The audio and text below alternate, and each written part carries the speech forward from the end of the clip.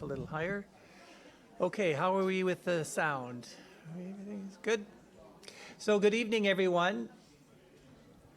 My name is Chris Friesen, and I'm the Director of Settlement Services for ISSofBC, and it gives me great pleasure to have you all here join us this evening for our inaugural event on Does Immigration Matter?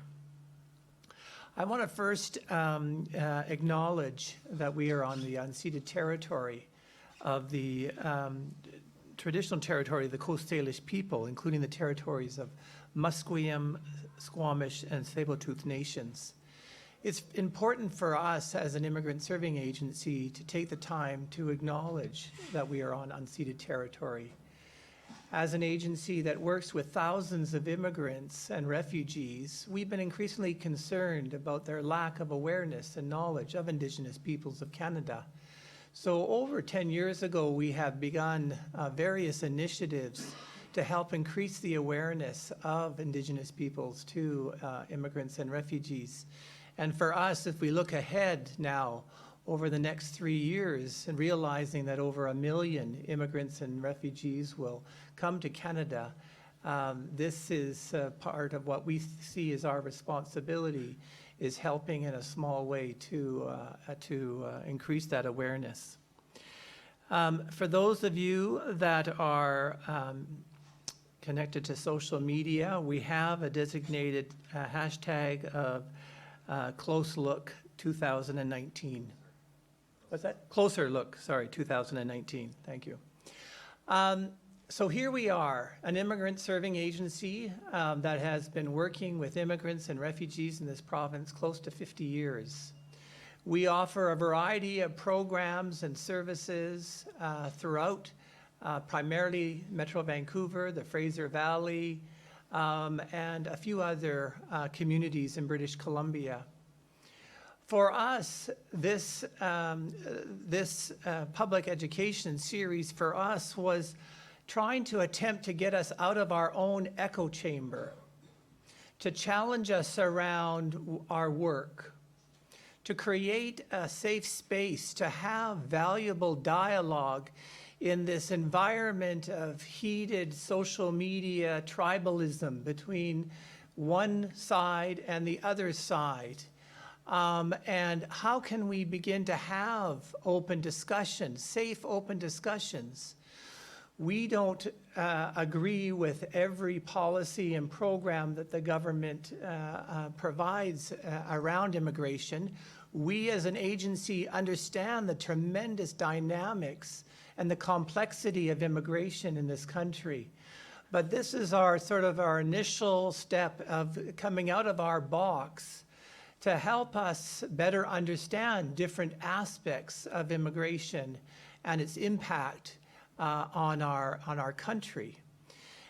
So we hope, as you join us, to learn, to challenge some of what we are doing, and to perhaps adjust some of the things that we're doing now around immigration to better support those immigrants and refugees that are restarting in this country. We're in the midst of a federal election, and so far, the public discourse has been fairly tame in regards to immigration. But we know with the public debate coming and one of the federal parties already calling for lesser immigration, this is part and parcel of the environment that we work in. We're not saying it's right or wrong. Yes, of course, we have our own bias as immigrant serving agency.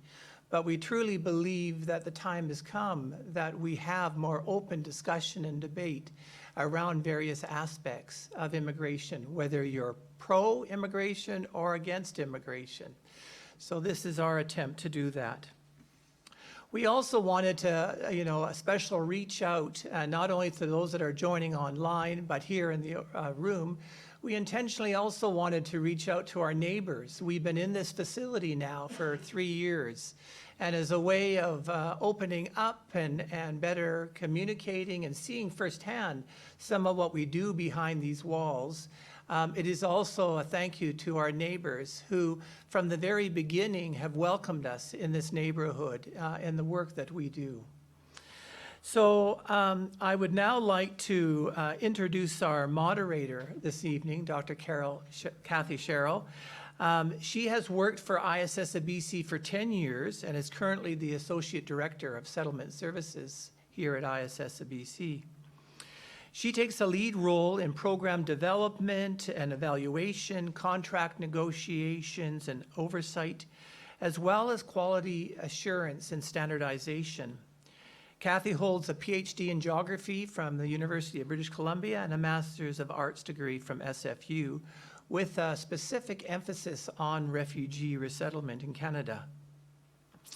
She's actively involved in research with refugees and is at present a co-investigator on 2 pan-Canadian multi-year refugee resettlement projects, as well as a lead on numerous internal research projects. So without further ado, I'll pass it on to Kathy.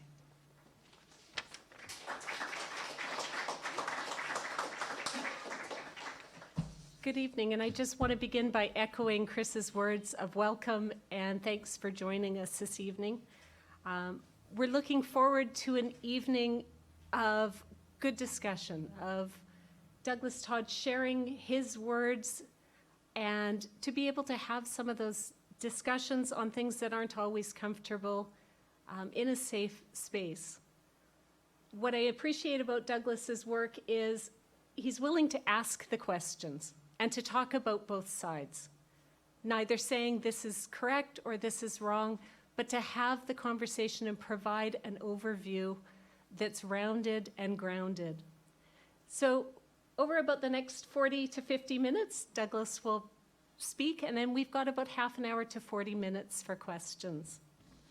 Our keynote speaker today, Douglas Todd, is a multi-awarded journalist and author whose writings focus on migration, ethics, diversity, spirituality, and psychology. Writing mostly for the Vancouver Sun, for Postmedia News and Religions News service in Washington, D.C., Douglas has won a book prize and 32 journalism awards. He's also been shortlisted for 38 additional honors.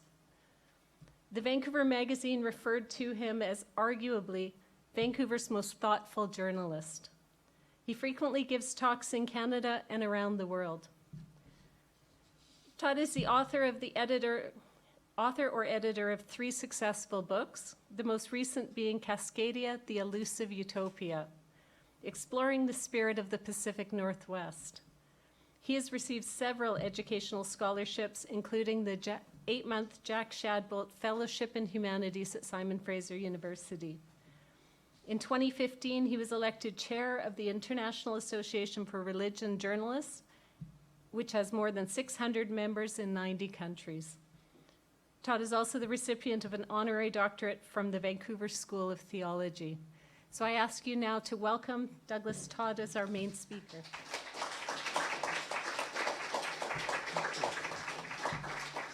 Thanks very much. Just put on a timer here.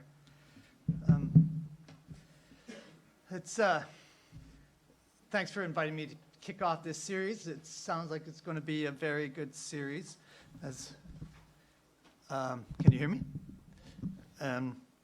I'll put this on top of the computer, okay?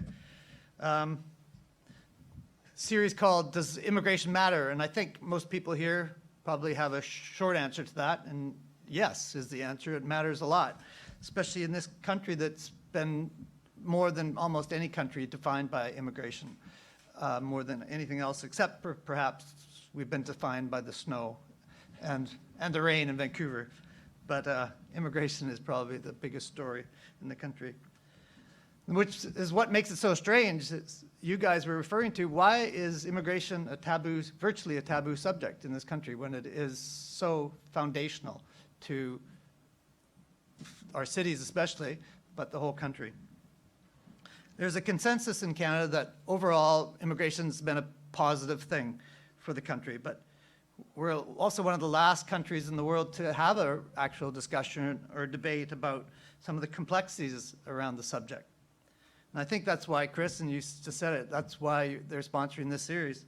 Many people and some commentators in the media, they talk about it's important to have a discussion about immigration issues, but nobody ever gets around to it in a kind of a public way. We talk about it over at the bar or at dinner parties or something like that, and it's often doesn't go too far. I'm trying to get a discussion going in the kind of the middle. I mean, I feel like there's polls on this issue on both ends, maybe 15% of the population on both ends that I'm not going to reach either way, but I'm interested in the kind of the 70% in the middle who are willing to talk about uncomfortable issues. They don't have to be uncomfortable, but if you've never talked about them, they will be uncomfortable, I guess. And that, you know, the opinion polls increasingly show some skepticism about immigration policy, not about immigrants themselves, but about policy.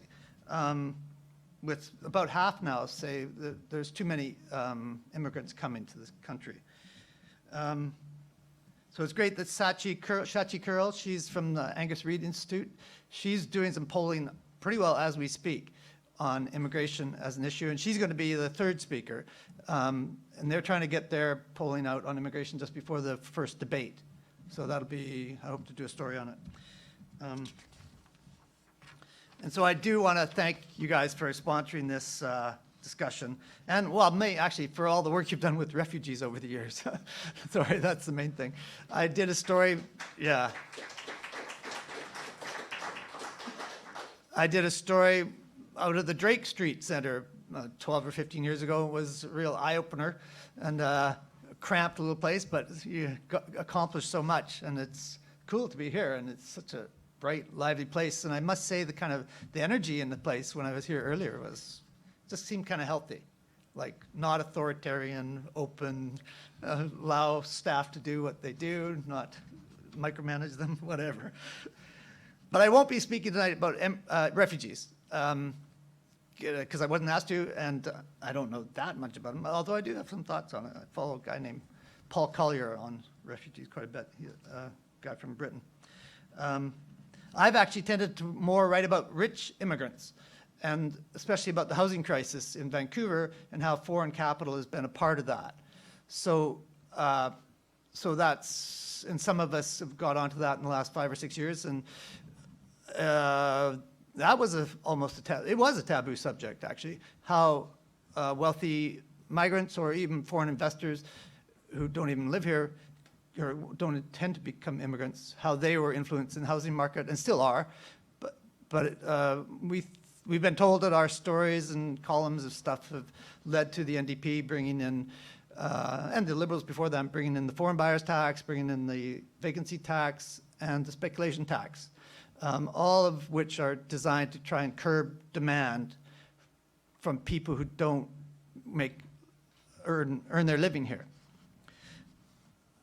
I can say, some people think they're controversial. I think they're pretty good policies, but whatever. Let's see. Yeah.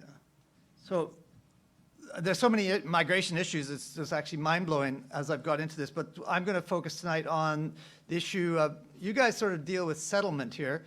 I'm focusing a bit more on the idea of integration as more the long game. How does integration happen after immigrants get settled, or is it not happening? Yeah, as I say, this is a kind of a discussion that I find immigrants can talk about easily, but the domestic-born seem to have trouble with it. So I forge ahead, and I'm also interested in philosophy. I could have put that in too.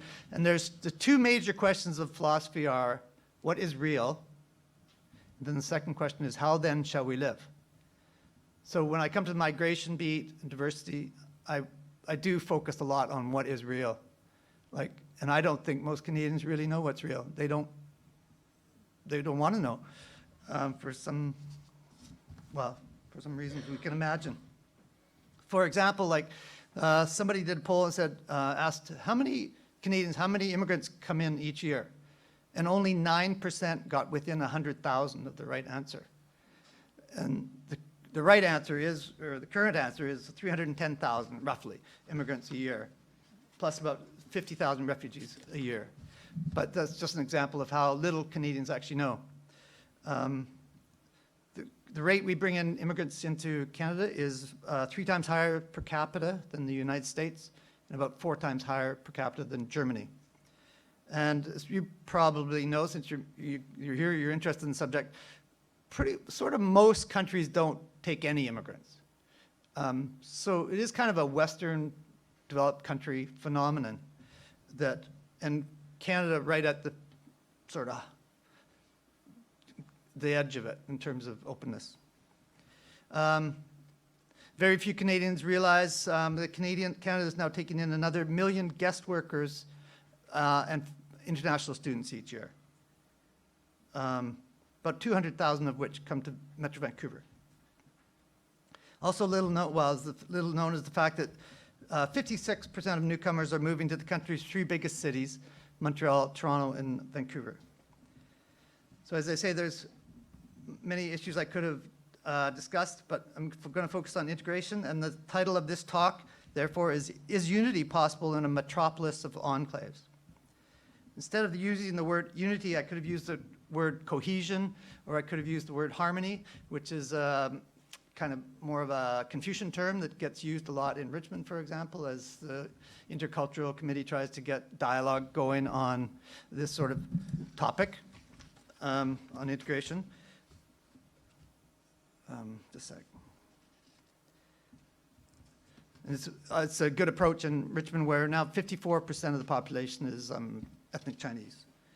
But I chose unity as the title because Pierre Trudeau used to use it, the father of the current Prime Minister, when all the negotiations were happening about Quebec and whether it would leave and kind of finding ways to keep Quebec in. He kept talking about we still need the idea of unity, not just separate, French and English populations.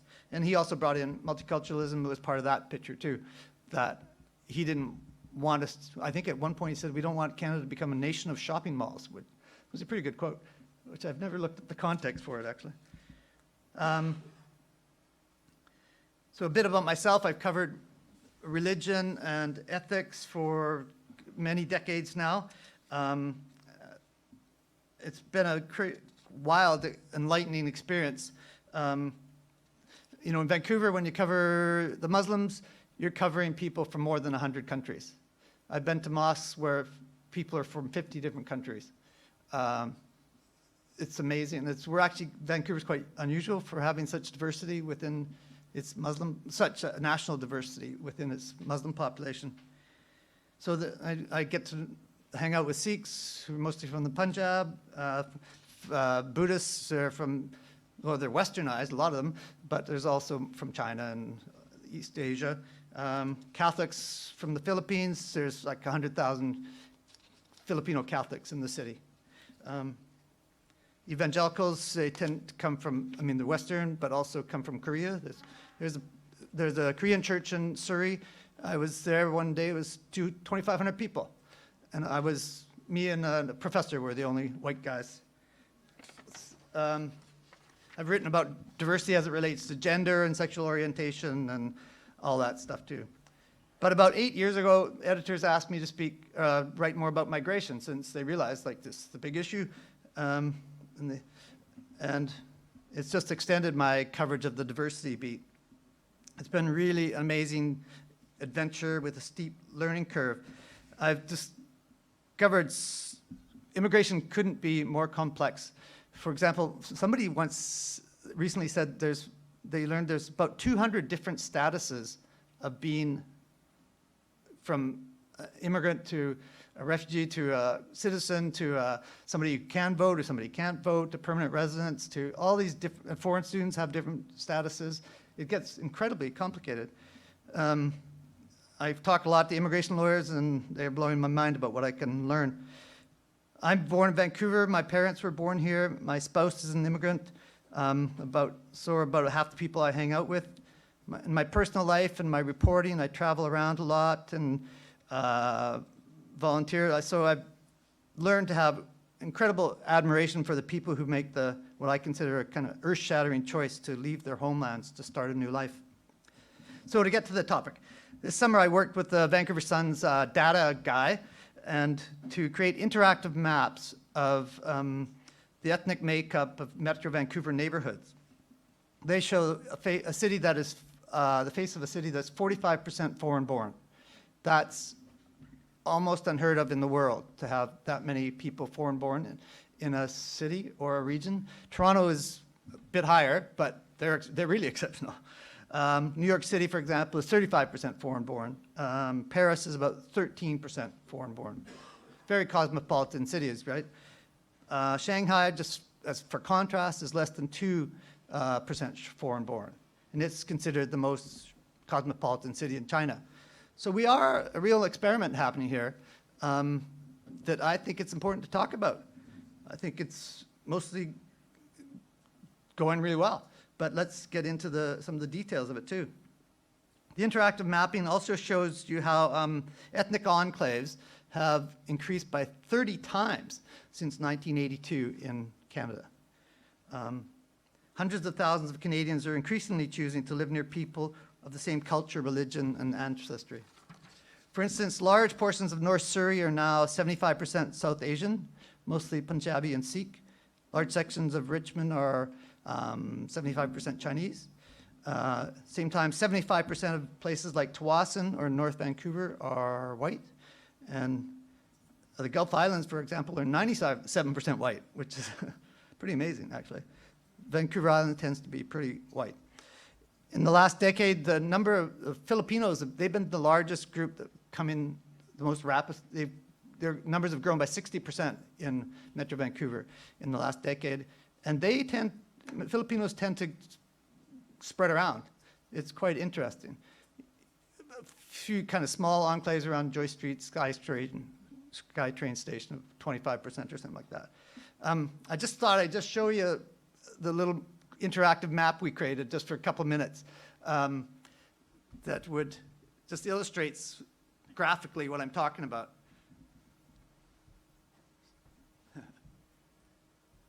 It's a very fun map if you haven't been on it.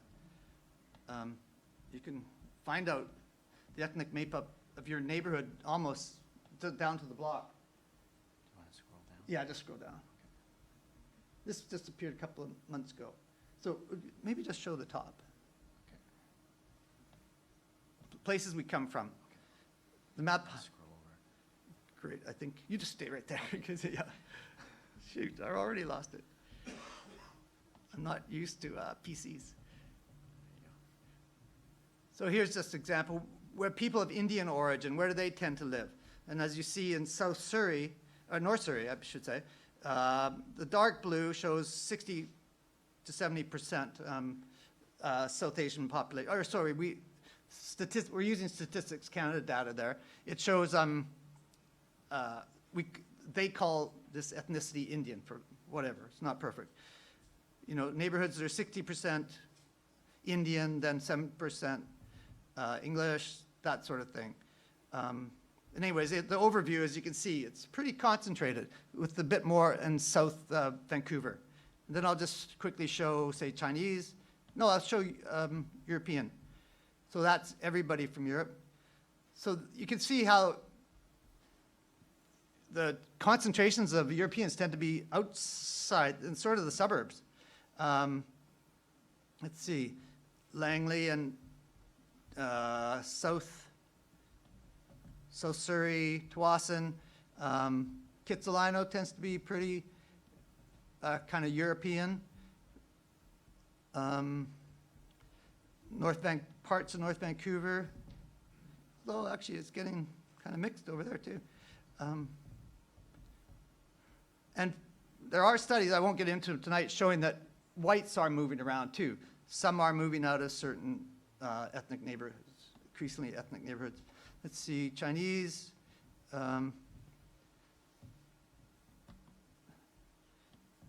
You tend to see the concentration in Richmond, these places, 88% ethnic Chinese in that block that the little hand is on. Same that, 78%. You drive around there and you don't sort of notice it actually. It's just sort of normal residential neighborhoods, kind of often new, and nothing distinctive in the architecture or anything. It's interesting.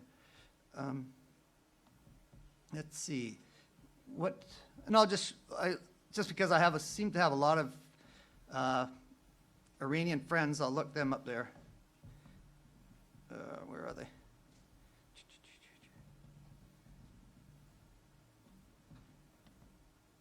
They're a much smaller group, right? But you can see, it doesn't really show it too much. Around North Vancouver, 23% around the foot of the Lionsgate Bridge. And then I was just thinking it's kind of fun. Maybe, let's see if I can do it. Go into this neighborhood right where we are right now. If I can find it, do it properly. It's called Grandview, right? Broadway, there's Nanaimo, there's Victoria. So you go there. Oh, I'll go for, what should we look at? Say Chinese.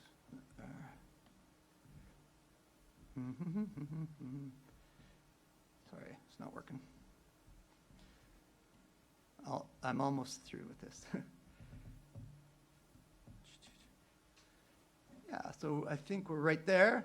40% Chinese in this neighborhood to this side, 13% English, etc.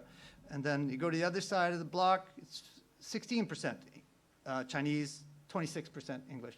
So who knows why that happened, but it's really interesting to me. I'm sort of a data nut, so I get into this stuff. Anyways, that's all for that. But I recommend you check it out someday.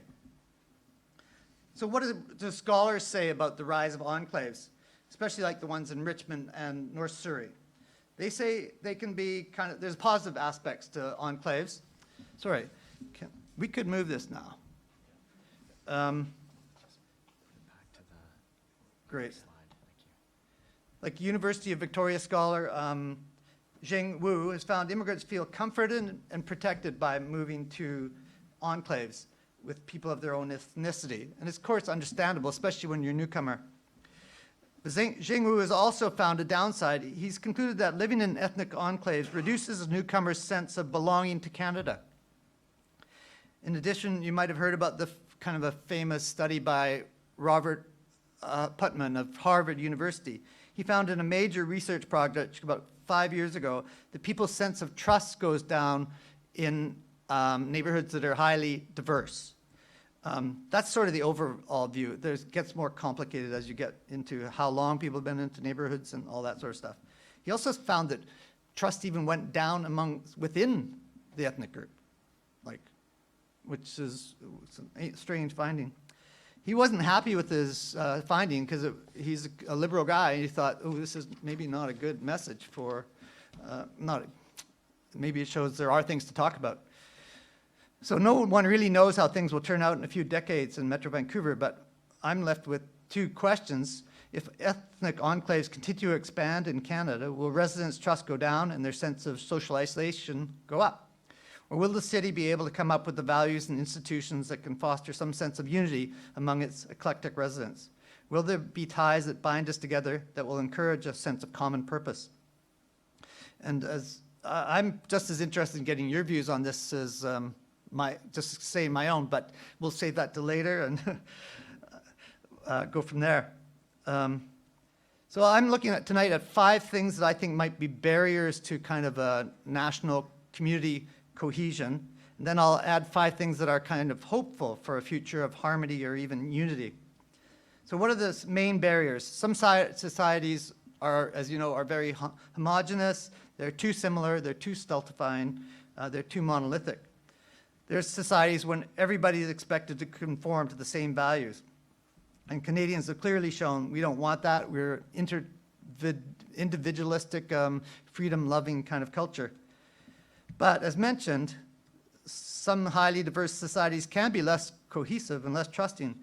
I can't be definitive about these barriers, because the data is a bit loose on some of them, but I'm going to try them out. And there's one place to start with the kind of data on the reality of what's going on, and that's with a study that the Vancouver Foundation did. They've done it twice actually now, on what are the issues that most bother people in Metro Vancouver. And they found that loneliness and isolation were the biggest issue. that people tend to mention. And there's suggestion also that things might be getting worse in Metro Vancouver. They recently polled 4,000 people in English and Chinese, and found there's, quote, a major decline in people participating in community life in the past 5 years in Metro Vancouver. Here's a quote from the Vancouver Foundation report. Our interactions with strangers revealed us to be friendly but reserved. Many people in Metro Vancouver reported interacting with each other in public community spaces by smiling and saying hello, but fewer than half are willing to respond to a question from a stranger, and only a few will ask a question or initiate a conversation. So I don't know about you, but I find that kind of shocking that 3 in 4 residents of Metro Vancouver won't start a conversation with a stranger. And that doesn't even get to asking somebody out for a date. You know, I wish it'd be great if Vancouver Foundation compared Vancouver to other places in Canada or wherever, but that's startling. I mean, this whole thing about beware of strangers has been kind of a disaster, actually, especially for kids. So here are 5 kind of things I see as possible challenges to cohesiveness and connection in the city. One, I'll speak about this one a bit more than the others because it's a bit complicated. So one, different values could be a challenge to harmony. As many of you know, there's been a discussion over the years about whether there's such a thing as, or what people call Canadian values.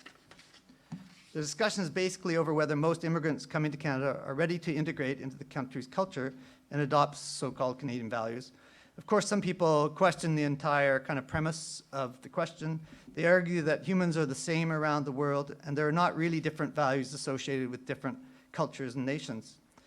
But when you look at the data, the reality is that even though people obviously have their individual characters within a culture, the culture does shape who we are to quite a big extent. The World Values Surveys is something that happens quite often around the planet. It's the data they come up with, they survey people in every country, and the data they come up with is used by the UN and the World Bank, so it's, you know, it's serious stuff. And I'll just take a couple of examples of kind of values they've asked people. They've actually asked people around about 20 values, actually. But one they do is the value of tolerance. They found that 83% of the residents of France and Canada value tolerance, 83%. And so do 80% of Taiwanese, just to almost choose that randomly. But far few people in India, just 56%, think tolerance is a key virtue. So that's a bit of a gap. And what about the value of hard work? The survey found 90% of parents in China value hard work. Meanwhile, the proportion of Canadian parents who emphasizes it is only 54%. And that's okay to have these differences in values, kind of group values, but it's also interesting to know that there are those differences and to take them seriously. I could go on with many examples, but the simple lesson from the World Values Survey is that human values are all over the map, literally. And there's maybe one more big value is worth mentioning, and that's about a religion. For example, in the Middle East, more than 9 out of 10 people say religious faith is very important. And it's important to emphasize it. But fewer than, say, Germany, it's only 1 in 10 parents who value religious faith. And in Canada, it's about 3 in 10. So we're a bit in the low middle. About 3 in 10 Canadians care if their children believe in God. And as I say, I'm not saying whether it's good or bad to believe in God, because so much depends on which kind of God you believe in, right? And how that will determine your actions. But the point is that there are big differences in values in regards to religious faith. And on that topic, one of the more worrying questions about values for me arises when people around the world are asked about blasphemy laws. Those are including laws around apostasy. Apostasy is when a person decides to leave the faith they grew up in. Excuse me. Fortunately, at least the Pew at least to me it's unfortunate, the Pew Research Foundation, very respected global research company, has found in dozens of countries, such as Pakistan, Egypt, and Iran, most of the population agrees with the law of their land on apostasy. And that law often states that an apostate, someone who leaves the faith, should be subjected to death.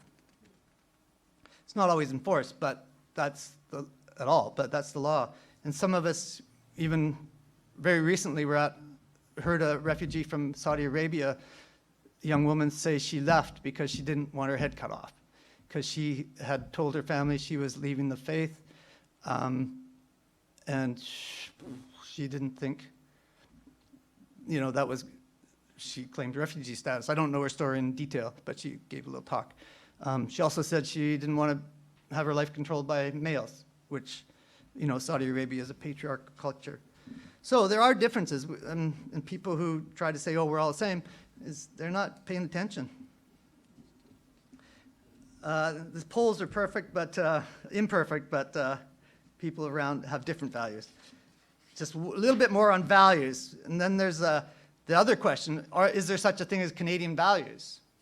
And Canadians are so vague about who they are and so nice and stuff like that, that often we think, oh no, not really. We're just, whoever happens to be in the neighborhood or something. And there is a small proportion of Canadians who say there is no Canadian values or identity, but I beg to differ, and so do the large proportion. Angus Reid Institute asked this question, does Canadians, does Canada have a unique culture? And 80% said yes, whatever the definition. Did a piece on it, talked to scholars about what are some of the Canadian values.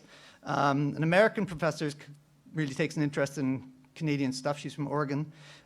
She said, one value Canadians tend to share is not being like Americans. And to the professor, that meant not being overbearing, trying to be global citizens, makes sense, and identifying with multiculturalism. As I say, I've interviewed lots of professors about this, and I kind of like some of the other answers they came up with. Canadians are characterized by a northern mindset, the snow and the rain and whatever, characterized by a legal and parliamentary tradition derived from Europe, generally solid support for welfare state policies, a belief in coexistence within multinational complexity, including with First Nations, a general understanding that ethnic origins should take second place to things we share as Canadians, and a widespread commitment to gender equality. These Canadian values are not all necessarily just Canadian values, because they're around the planet too, in different places. But I think our different approaches to them in Canada could be a challenge in regards to unity. That said, I don't think it's insurmountable. It's just, let's have a realistic talk about it, like what is real. It can be really interesting. So I'll run more quickly through the other 4 possible barriers to cohesion. Language can be a barrier. I find that sort of hard to say because I'm completely intimidated by languages. And I do not envy people who really are feeling compelled to learn. I think people have so many different degrees of how much they learn a new language. My wife speaks 5 languages, but I try not to hate her for it, because I just speak English and a bit of poor French. But it is hard, I think, to create a sense of neighborliness and community when it is hard to communicate with the person who lives next door or who you meet at the community center or whatever, or meet at the shopping.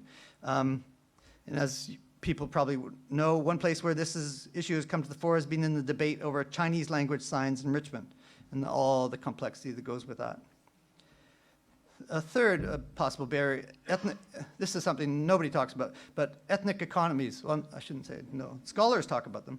Ethnic economies are common all over the world. An ethnic economy exists when members of the same ethnic group make their livelihoods by collaborating almost exclusively with members of the same ethnic group.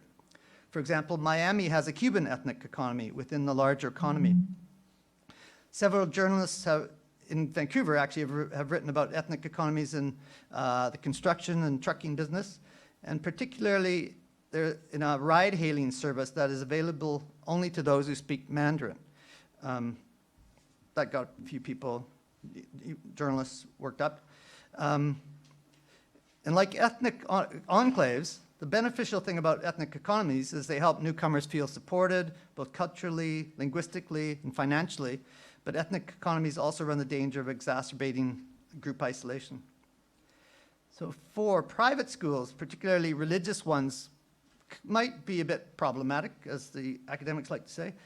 I won't go too far in making this argument that private schools are a barrier, but it is a claim made by others who, in some ways, more experienced than me, including former federal Liberal cabinet minister Ujjal Dosanjh. He worries about private schools, whether they are evangelical, Sikh, Muslim, Catholic, Hutterite, or defined by wealth. He thinks it's being an old-fashioned sort of egalitarian. He thinks it creates silos to have students learn mostly within one subculture, within the larger culture. So 5, are religions good or bad for social cohesion? This is somebody who's written about religion a lot and is incredibly sympathetic to kind of the religious and spiritual impulse. Religious organizations can definitely help some newcomers integrate. They can help connect immigrants to the larger society in multiple ways, including at the church right across the street takes an active interest in refugees, actually. Many churches, mosques, and temples offer services in multiple languages and are on the front lines of settlement and integration, including with ESL programs. You go by a Broadway church, the evangelical church on Broadway, it's got all the ESL programs that they're offering. But some religious organizations can also divide people within an ethnic group. The leaders of some religious groups in Canada, for instance, are adamant against intermarriage, and a very small number can even promote extremism or violence. That said, as I say, I'm waffling on this one because the role of religion in private schools in multicultural society can get really complex, and it's ridiculous to be black and white about it, but it's interesting to be sort of aware that there can be a downside to some of this. Okay, so what about some of the possible good news? I think my time's okay. So what can be our hope for things that will increase cohesion, unity, or harmony, whichever term you want to use? I say language is a challenge, but also a solution. Language differences can create grave difficulties in regards to cohesion, and just look at Quebec and long-standing French-English tensions in Canada. To me, it's been an incredible boon that Francophone Quebec is part of the rest of Canada, but the benefits of being a country with 2 official languages have not come without some division too. Language barriers can contribute to isolation in an ethnic group. However, the studies that describe the upside of removing language gaps could not be more conclusive. The benefits of learning in Canada English or French, say. They clearly show that newcomers to Canada who learn these languages will be more successful in education. They will be more successful in the workplace. They will earn quite a bit more money.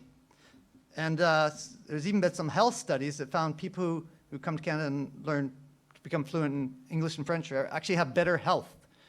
They're less prone to depression, anxiety, that sort of thing. And they actually have physical health that is better, less heart problems, less cancer, live longer lives. Yeah, pretty powerful kind of data. And I know how much commitment and devotion it takes to learn a new language, but the benefits couldn't be clearer. So I see intermarriage as a positive trend. There is hope in the ideal of mixed unions. Couples who intermarry across ethnicities are at the front lines of interculturalism. I admire them. They're so interesting to hang out with and see how intermarried couples kind of read the culture. Way more sophisticated than most of us. Intermarriage rates are growing in the US, especially between whites, blacks, and Hispanics, but they're not rising nearly so rapidly in Canada. The overall rate of mixed unions in Canada is expanding only by about 1 percentage point a decade. Interethnic unions now account for 4.6% of all couples in Canada, but that's only about half of the rate of the US and Britain, actually. And I think it could, and I'm not alone in thinking it could be because of kind of a demographic anomaly that relates to the topic I started out with, and that is the rise of ethnic enclaves in Canada's major cities. Feng Hu is a researcher at University of Victoria, and he's been with a team who's found that the larger an ethnic group becomes in a city, the less likely its members are to marry outside their group. For instance, it's so interesting, the intermarriage rates of visible minorities in mid-sized Canadian cities is far higher than it is in the big cities. For instance, in Kelowna and Victoria, the intermarriage rate of a visible minority is 40%. So that's 4 times higher than in Metro Vancouver. So people in smaller centers without ethnic enclaves, such as these places, Kelowna, appear more motivated to go outside their ethnocultural group for friends, dates, and marriage partners. On the other hand, Feng Hu's found that in Canadian metropolises where visible minorities account for almost half the population, the intermarriage rate is much lower than in these places. And the intermarriage rate among visible minorities is just 12% in Vancouver. Toronto, it's 11%, compared to the 40% in, say, Kelowna, which yeah. So people seem to feel little need to find a partner outside their ethnoculture group when they live among hundreds of thousands of people with similar backgrounds. And researchers do caution about reading too much into these stats in regards to whether integration is working or not, but there's still valuable data to explore. And as I say, the positive take-home is that intermarriage is slowly growing across the country. And I think it will eventually lead to more kind of intercultural understanding and harmony. So what's another third positive thing as far as I'm concerned? Their global tolerance studies are a positive sign for social cohesion. The United Nations, working with people such as UBC economist John Helliwell, recently put together some fabulous studies on the happiness levels of immigrants.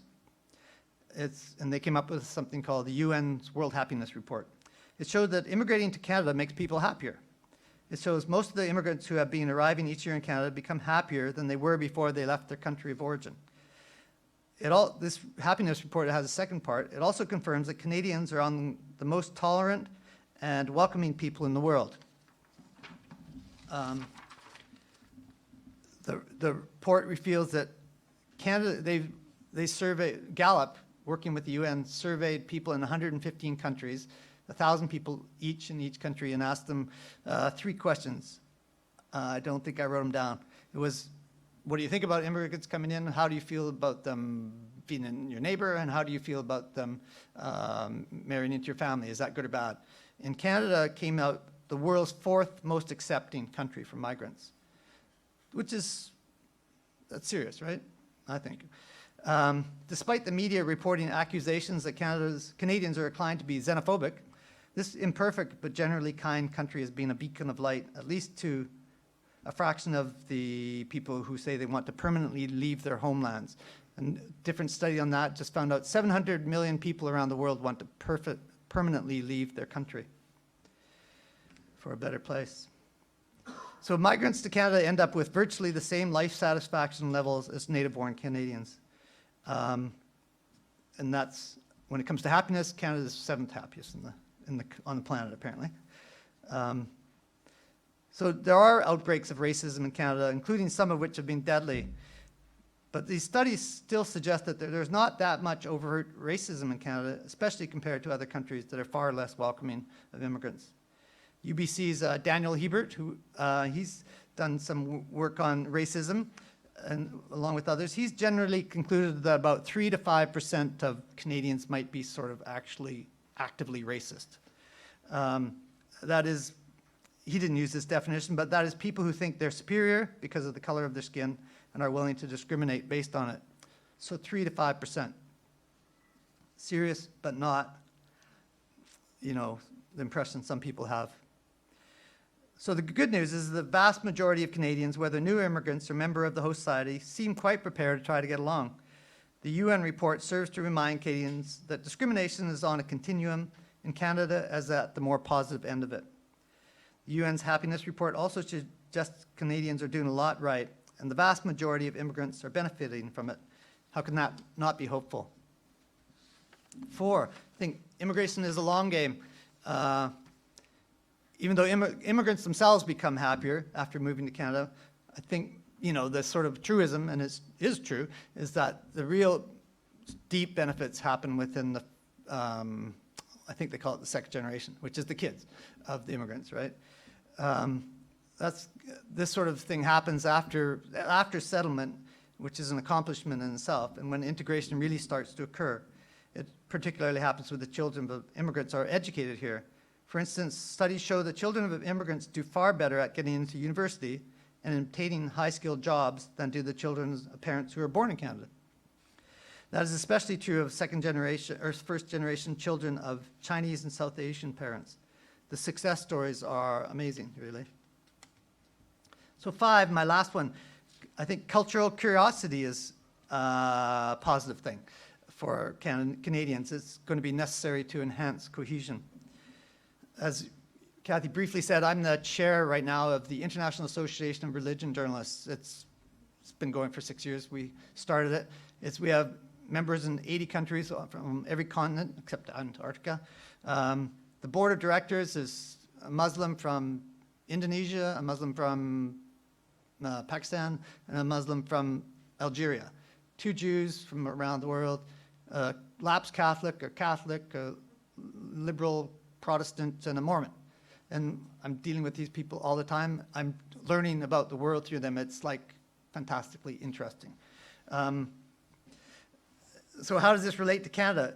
It's connected to how a senior Ottawa official once told leading Canadian sociologist Reg Bibby that, quote, multiculturalism sometimes amounts to little more than staying out of the way of each other. And sometimes I feel like that's what's going on in Metro Vancouver. People are polite, they smile as they walk by, but mostly we're staying out of each other's way. Please, at question period, tell me if there's many examples of that not being the case, but maybe it's sort of a overall kind of mood. So how can we counteract such an unsatisfying approach? I've written quite a few times about UBC psychologist Era Narenzian. He recommends people develop more cultural curiosity. And Era grew up in Lebanon, where ethnic diversity suddenly, I mean, people used to call it the Paris of the Middle East, very diverse religiously and ethnically, but it blew up literally in the 90s, I think it was 90s. And when he left, still somewhat traumatized actually, he's written about it with PTSD. So his advice comes from the experience of when inter-ethnic and inter-religious reality turns into a civil war. So he takes this quite seriously. The core meaning of the term diversity is difference. And as Era says, one of the few ways to get to know someone who's different is by asking them questions about themselves and their background. He says it's actually more racist to just assume everybody's the same.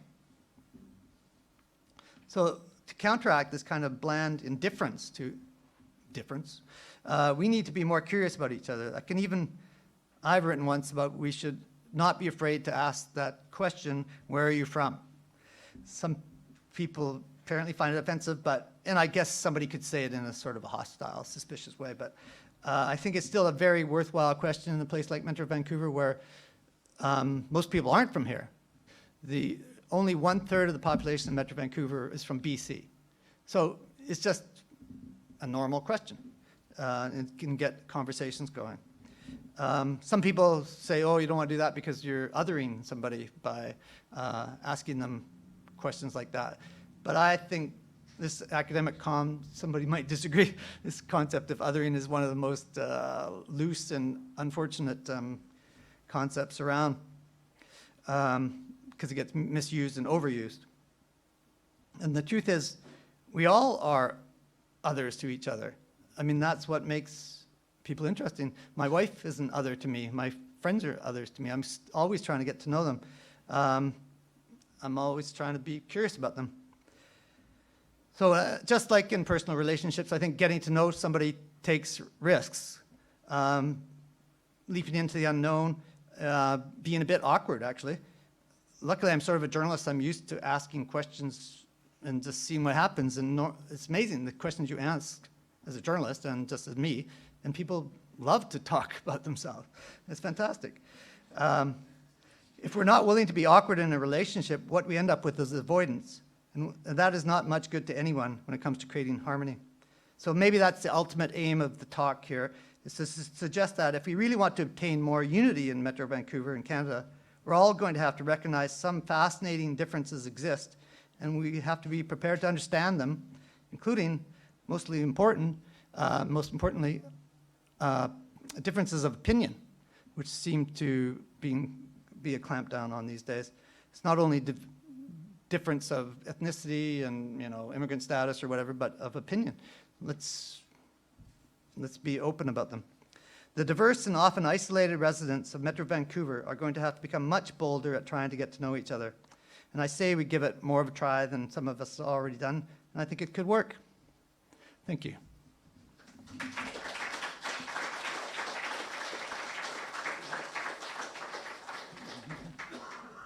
Just stay here. Come have a seat. Great. We'll give you this one. Just before we move into questions, I promise not to take up a lot of the time because I'm sure you didn't come to listen to me talk. But one of the things I really found interesting when you framed it is that question of what is real and how then do I live? Because I think one of the things that when we talk about, and I'm curious on your thoughts of this, when we talk about integration, we live in a country where it's integration, the idea of two-way model of integration. And yet I feel like quite often when we talk, we recognize diversity within newcomer groups and immigrant groups. We acknowledge super diversity, the idea that there's incredible diversity even with the same group. And yet I feel like when we talk about integration, it's somehow this integration, the idea that we have one Canadian.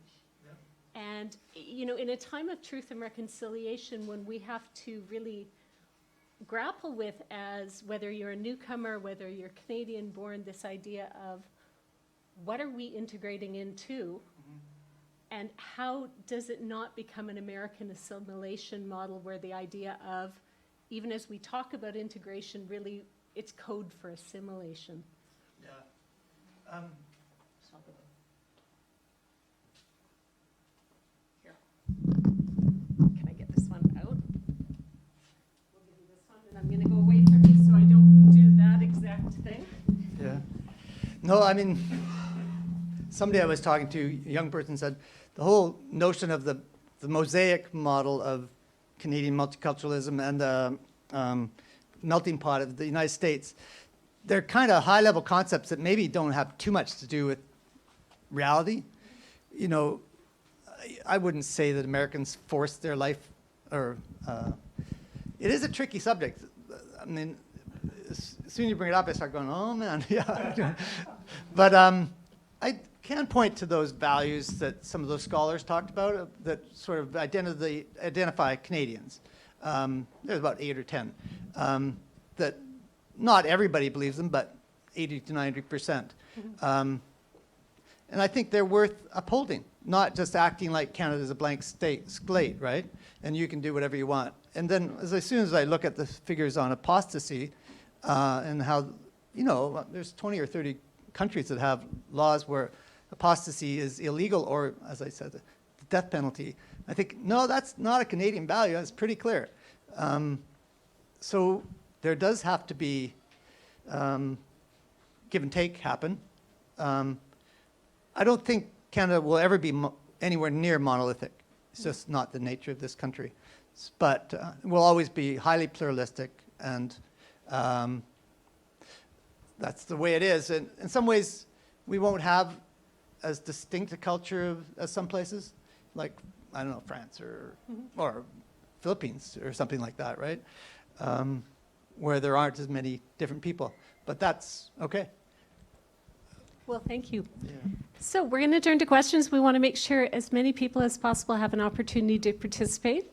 So what we thought we would do is take 3 to 4 questions at a time, using a mixture of both individuals who are in the audience here live with us, as well as Bahar will be helping with online questions, and then provide Douglas with an opportunity to respond and then go to the next set of questions.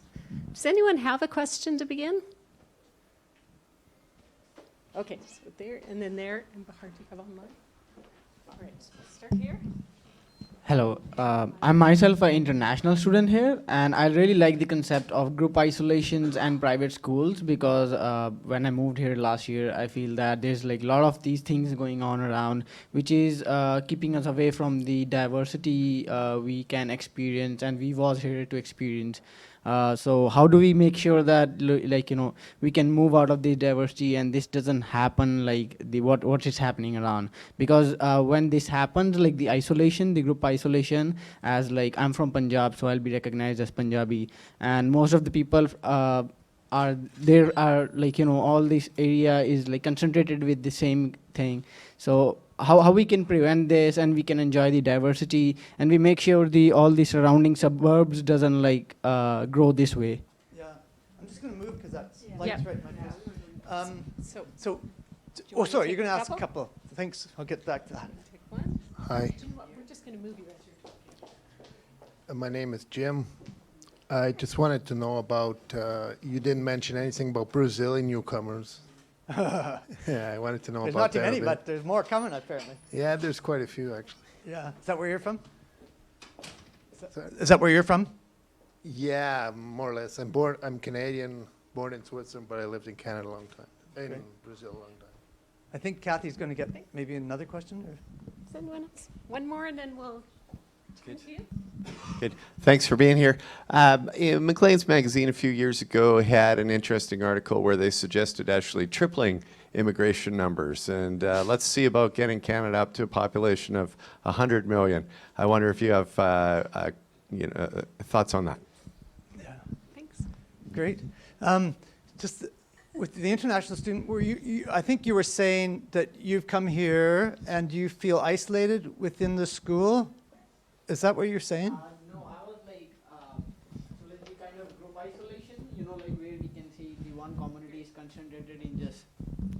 Where we can see one community is concentrated in just one area, like Sarivia, as we Yeah. talked about, is more of the Indian community, and if we move to Richmond, which is more of the Asians, and so like that concepts kind of like keeps the diversity away because they have their own subcultures which get integrated in that particular area. Right. And when you visit that area or when you live around that area, you kind of feel like the same thing, like that you can experience there.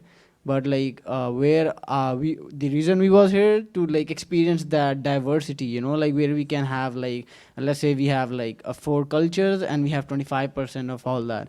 But we can see like where time this is growing Right. more, when people are moving in and they prefer to live in their community instead of living in diversity. right. So how like governments or politicians or with laws they can prevent that, or what we as a people should make sure like how we can be around that stuff. Yeah, great. Thanks for saying that. I've done quite a few stories on international students, and it's fascinating what's going on. There's 120,000 international students in Metro Vancouver. So it's having a big impact on all sorts of things, not only schools, but rental accommodation and that sort of stuff. And I have talked to some people who regardless of what exactly you were saying, that they get tired of coming here and just hanging around with other Chinese students, and it's hard, or maybe South Asian students, it's hard for them to learn English and that sort of stuff.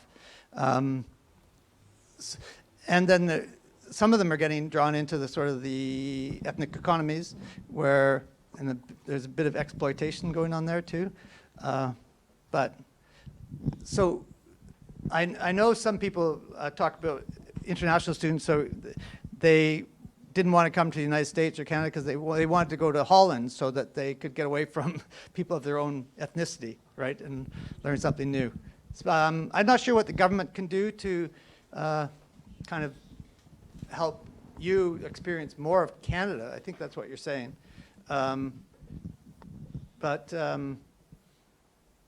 it's something that, I mean, the international student ratios at some schools are getting up to like 40%.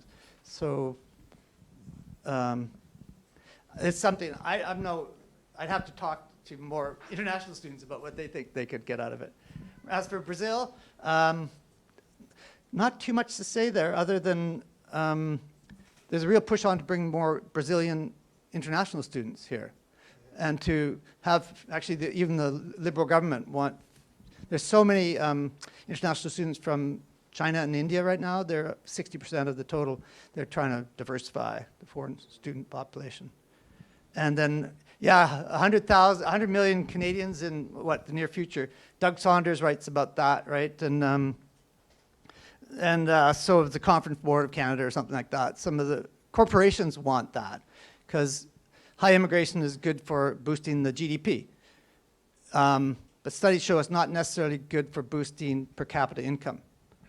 So there's a trade-off there.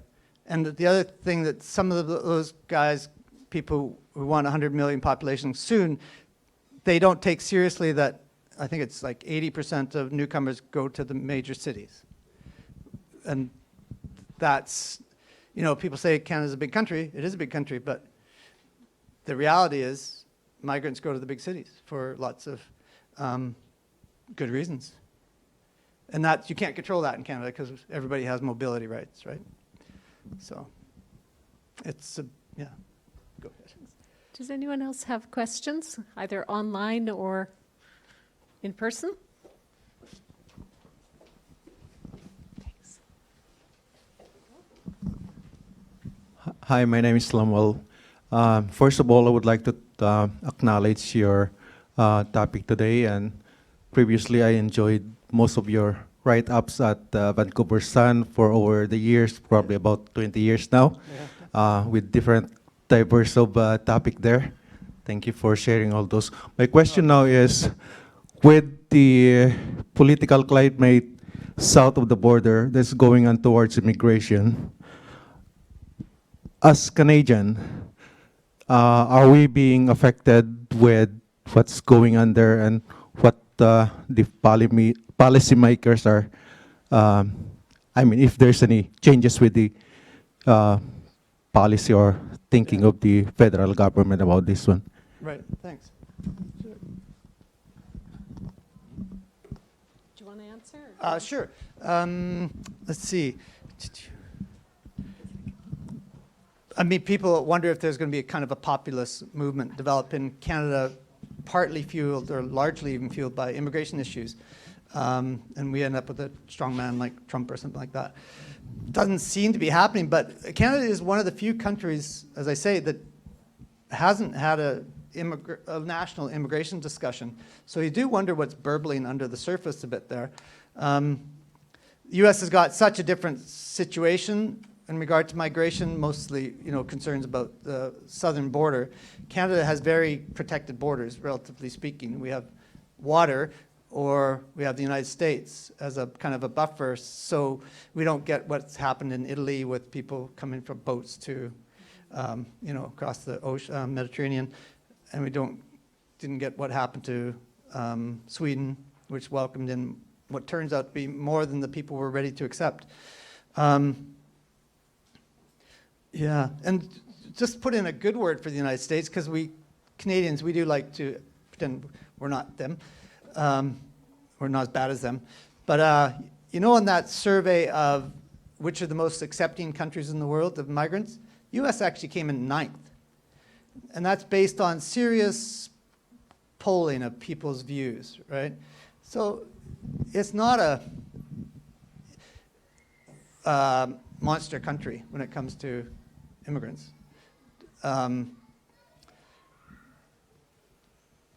But I guess the leaky border thing in this is what's made it so hot. And Trump is kind of taking advantage of it, right? So I don't really see that happening here, but nobody can predict the future. Yeah.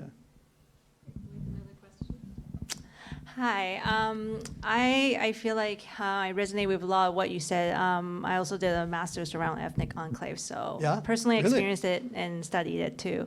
Wow. So my question is, with obviously the increase of ethnic enclaves and ethnic enclaves in terms of the economy also, and all those factors that you named, so how do we, as Canadian, in terms of our niceties, and we want to say we want to promote multiculturalism, and that's part of our identity and value. So in the reality of that, how do we actually do it? And for me, it's like, how do we create intercultural spaces where it's a city like this, we like to really celebrate culture, but very much just like celebrate just one culture at a time, where whether that's festival, holidays, which is great, but there's not a lot of mix of these intercultural spaces.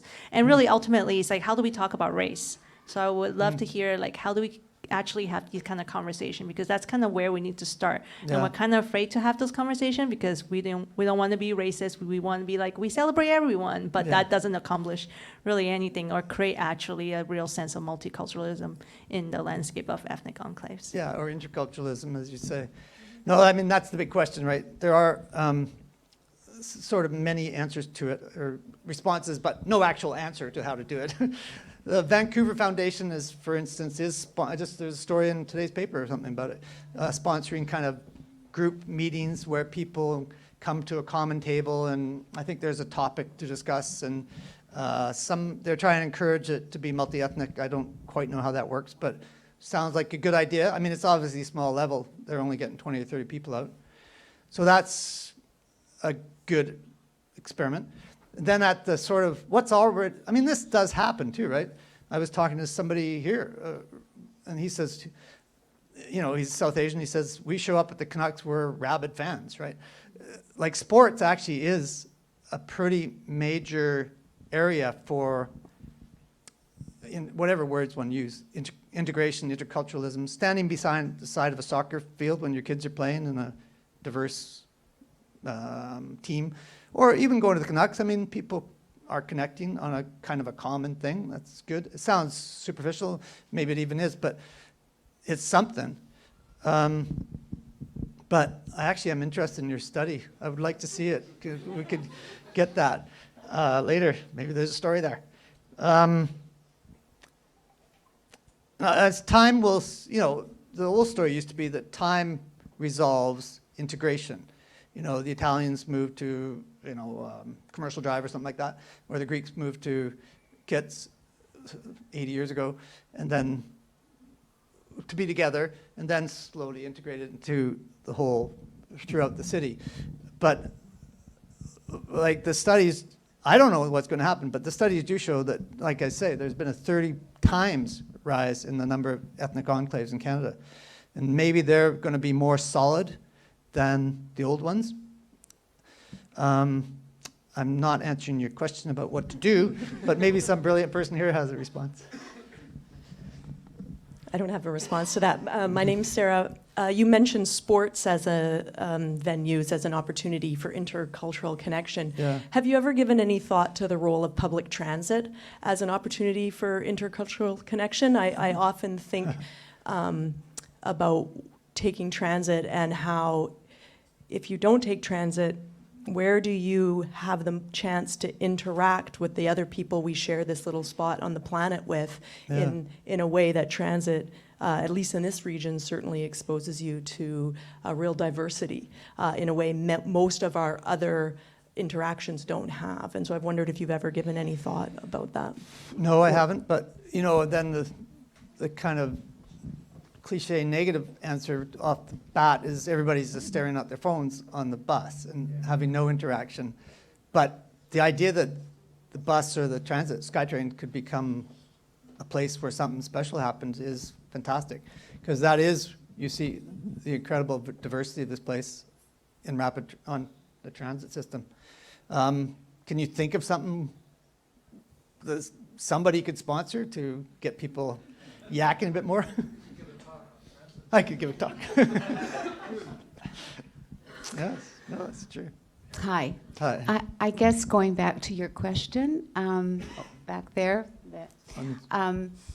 nobody's mentioned education, and education is so critical, and at an early age, and I think that's when you can mold opinions and you can, you know, help really create greater tolerance. And I heard someone say that, you know, you should treat racism like a disease, and you should vaccinate against it. And what this person meant was vaccinate them by education and starting at a really early age so that that tolerance and the values and the interaction and that space, you've got the space in the classrooms.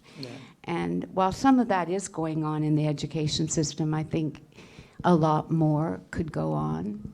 So I just thought No, I'd I mean, add you're that. right. The education systems, they're working very hard on anti-racism stuff. To be honest, sometimes I wonder if they're doing it too much, like creating this fear of each other, or getting everybody like walking on.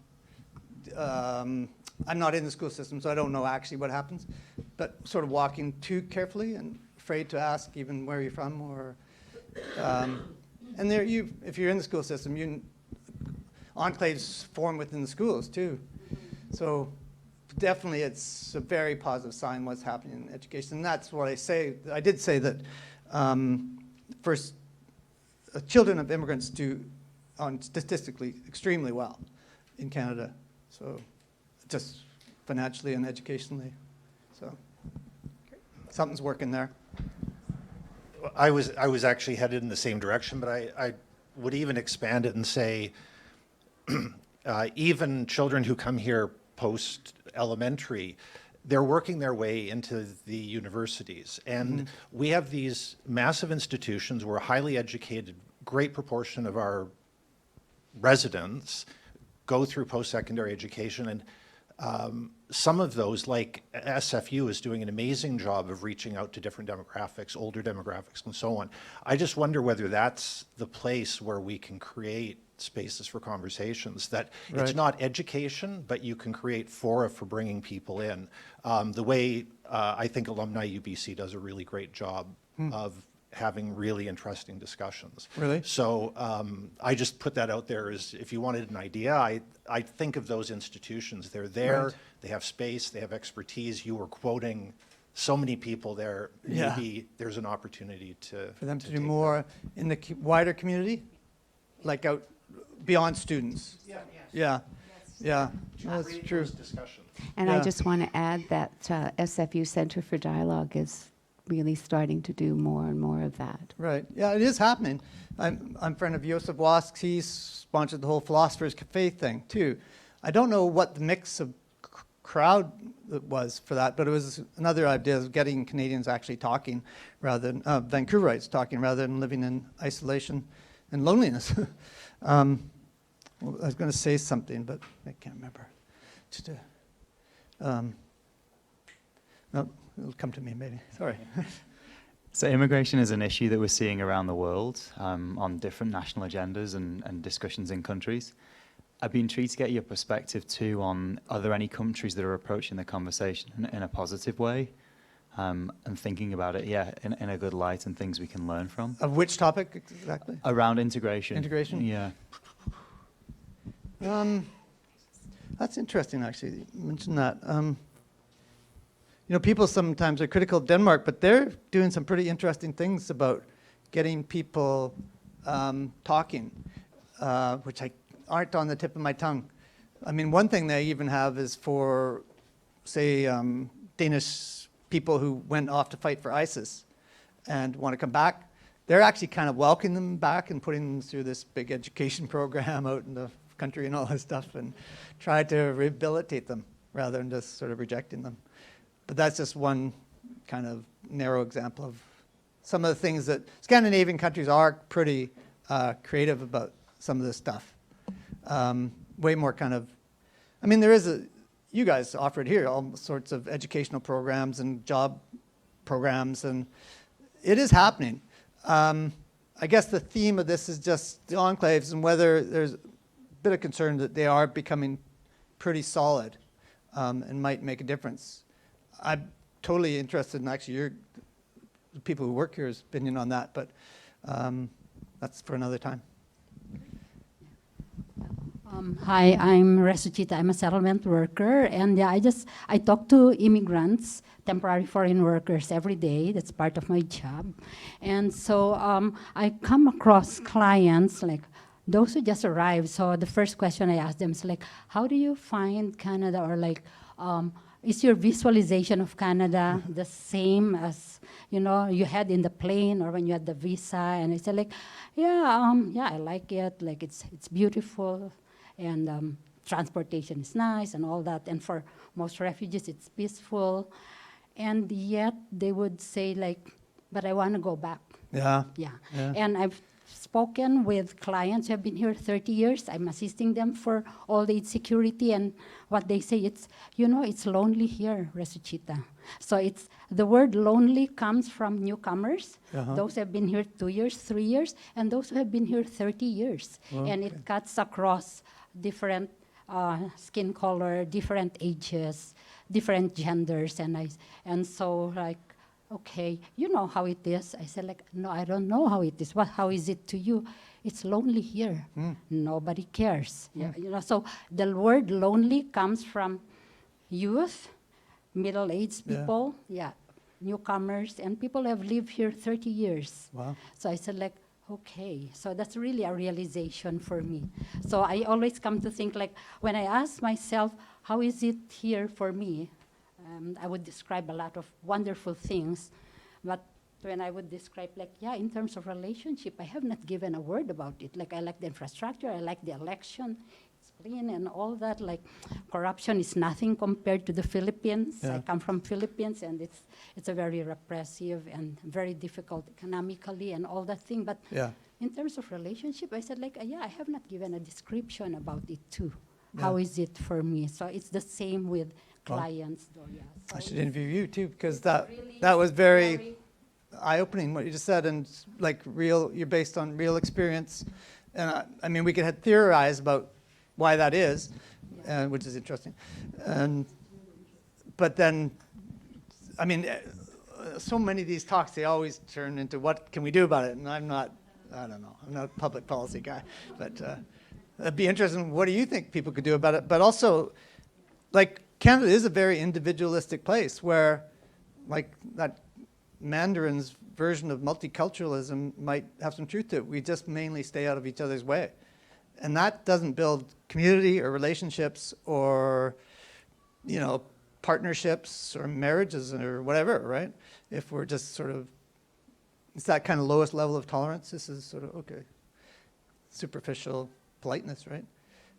Do you have any thoughts, briefly, since, about what could be done to help a person who's 30 years later still lonely?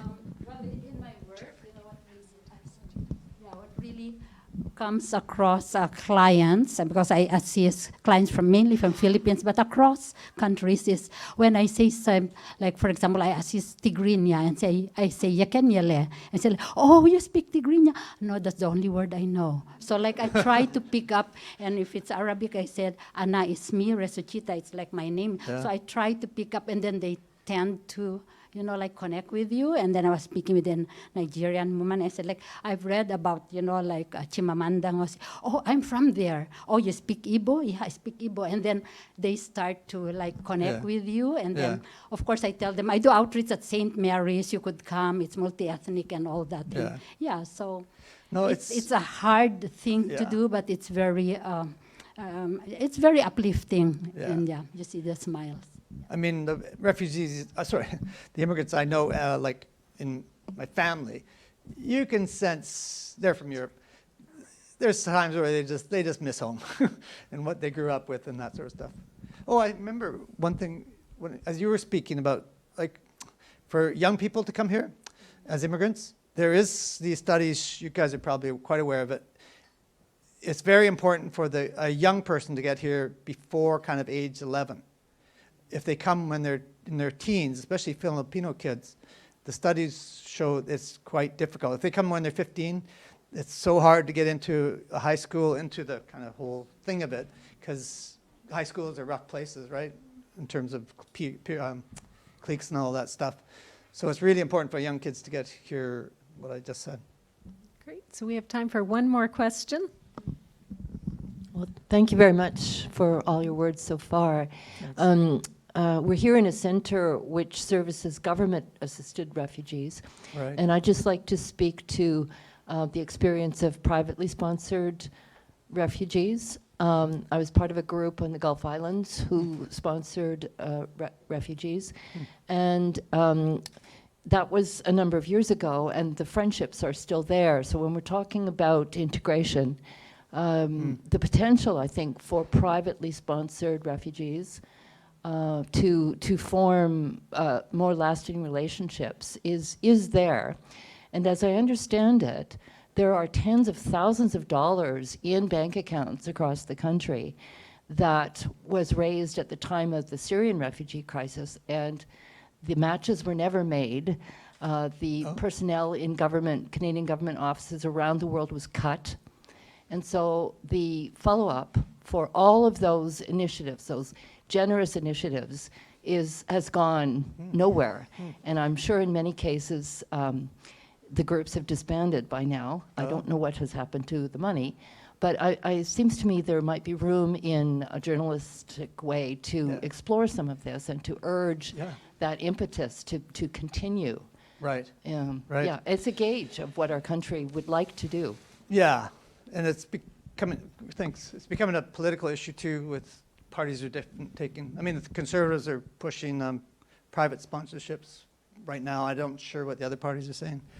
But that's one of the many, like there are so many issues involved in this whole migration and thing. It's really interesting. And that's one of them. But I'll get a card from you or something like that, or might follow up. Great. Great, thank you. And thank you to everybody for your questions, for this discussion. Thank you to Douglas. It was a real pleasure. Thanks. Thank you very much.